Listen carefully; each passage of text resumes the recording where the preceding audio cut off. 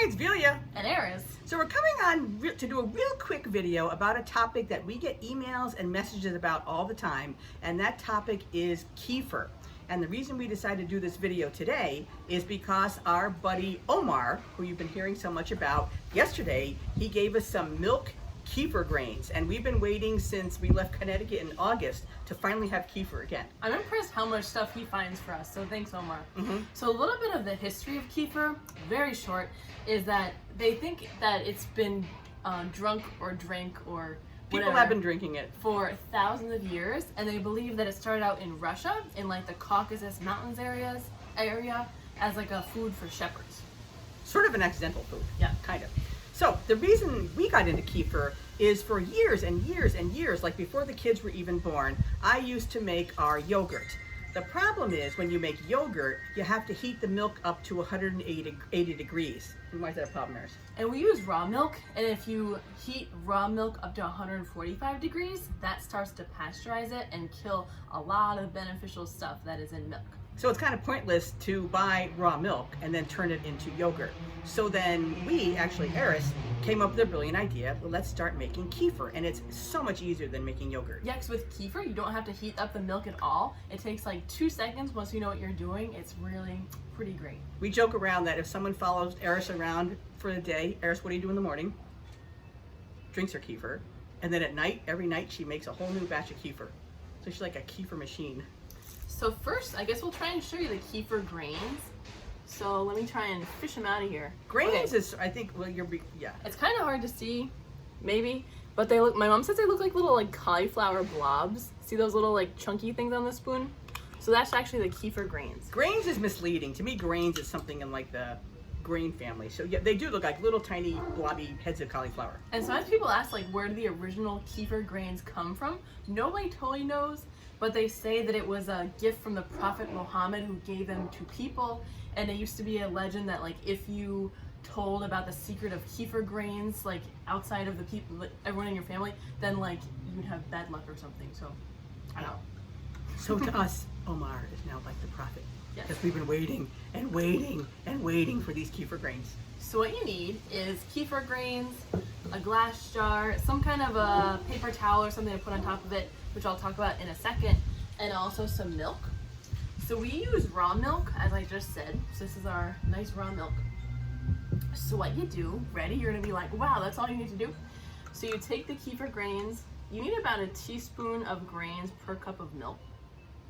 Let me interrupt. If you're someone who like has to see a recipe actually printed out and you need to see it, you know, officially done, in our new book that was released in July, Dare to Be a Green Witch, we go into a lot more detail about kefir and the recipe is spelled out. So if it's easier for you just to see it in a book, get a copy of our book. It's on Amazon, it's in bookstores. So I think that looks like about a teaspoon in there, just hanging out in the jar. And then this is a 16-ounce jar.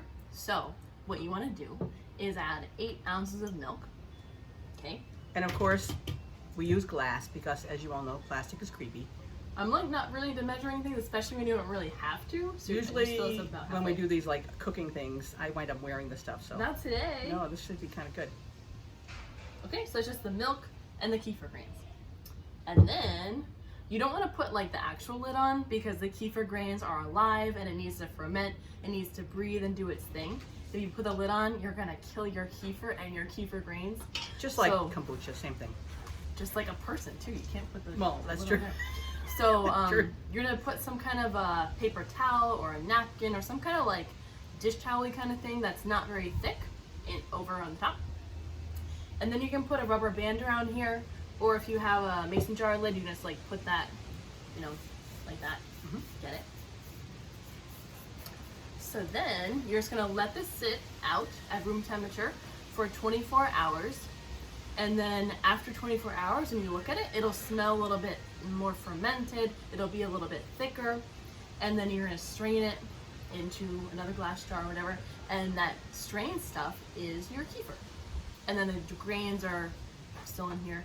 And then you can do the whole process again, like add milk to the grains, let it sit 24 hours, strain it, going over and over again. Right. And like we say, in our book, we go into a lot more detail because lots of times people say, well, what about when I go on vacation? What if I want to take a little kefir holiday, you can do it. The recipe's in our book, but this is just a quickie version of how to do it. And people ask like some people are like, oh cool, I like buy kefir at a store. That's cool that you're trying to do something good for your health, but the kefir in a store is pasteurized and homogenized, and during that process it kills a lot of the good stuff of the kefir, maybe all the good stuff. And also most of the stuff you buy in a store is made from like powdered kefir starter, and that has only like 7 to 9 strains of bacteria, when the Milk Kefir grains, like the actual cauliflower looking things, they have a lot more. So there's a big difference between making your own and buying it. Right. So. And then you can put it in smoothies, you can flavor it, you can drink it plain if you want. What do you do? Do you drink it straight? I think it's kind of gross straight. It's kind of like too sour for me, but in smoothies with some berries and bananas, it's really good. Why don't you explain what it tastes like plain? It's not like sour cream. Like, I don't think it tastes very good plain, I gotta say. But it doesn't taste like yogurt. Like, it doesn't taste like plain yogurt. No, and it doesn't taste like the kefir you buy in a store, because that has a lot of sugar usually in it and some kind of flavorings. Right. But I would recommend putting it in a smoothie. Sounds good. So, that's kefir. We highly recommend that you drink it. And like I say, if you want more details, pick up Dare to Be Green Witch. And as always, Ehris, stay grounded.